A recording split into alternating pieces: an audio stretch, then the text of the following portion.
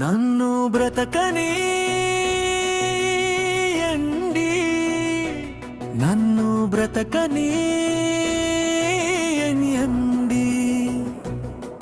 పసిమొక్కను నేను చిదిమేయకండి, ప్రాణం నాది పణంగా పెట్టకండి. నమ్మిన బంధమే కాలయముడైతే ఆడపిల్లకిక రక్షణ ఏది? ఈ లోకాన మనుగడ ఏది?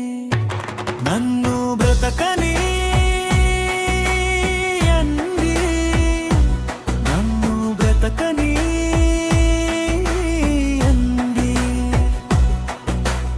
అమ్మకు తోడనుకున్నాను, నాకు రక్షకుడనుకున్నాను.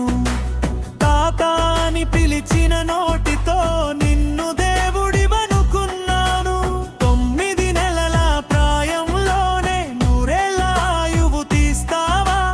దేవుడి రూపం నీదనుకుంటే దయ్యంలా నన్ను మింగుతావా? భక్షించేవాడే రక్షకుడైతే పసి ప్రాణం ఎటు పోవాలి? నన్ను బ్రతకని, నన్ను బ్రతకని.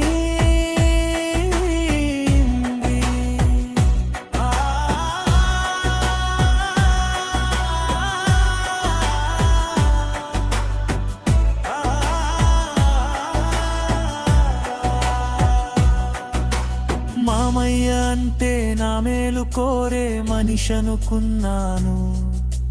జానజ్యోతిని వెలిగిస్తాడనే నీ నీడకు చేరుకున్నాను. 12 ఏళ్లకే నా పొట్ట పెరుగుతుంటే పాపం ఏదో తెలియలేదు. నా జీవన జ్యోతిని ఆర్పేసే మృగమని నిన్ను గమనించలేదు.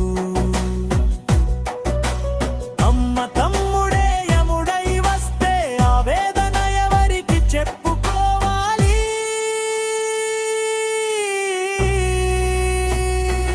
నన్ను బ్రతకనీయండి, నన్ను బ్రతకనీయండి.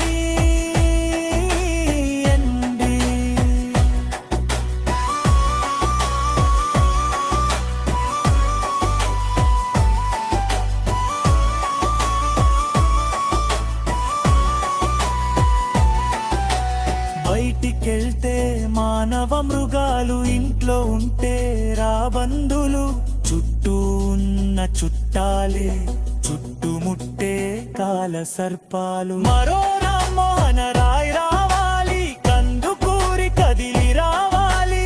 రాజ్యాంగ ప్రదాత అంబేద్కరులై చట్టం చురకలు వేయాలి. మానవత్వం మంట గలిసిన చోట రక్షణ ఎక్కడ దొరుకుతుంది?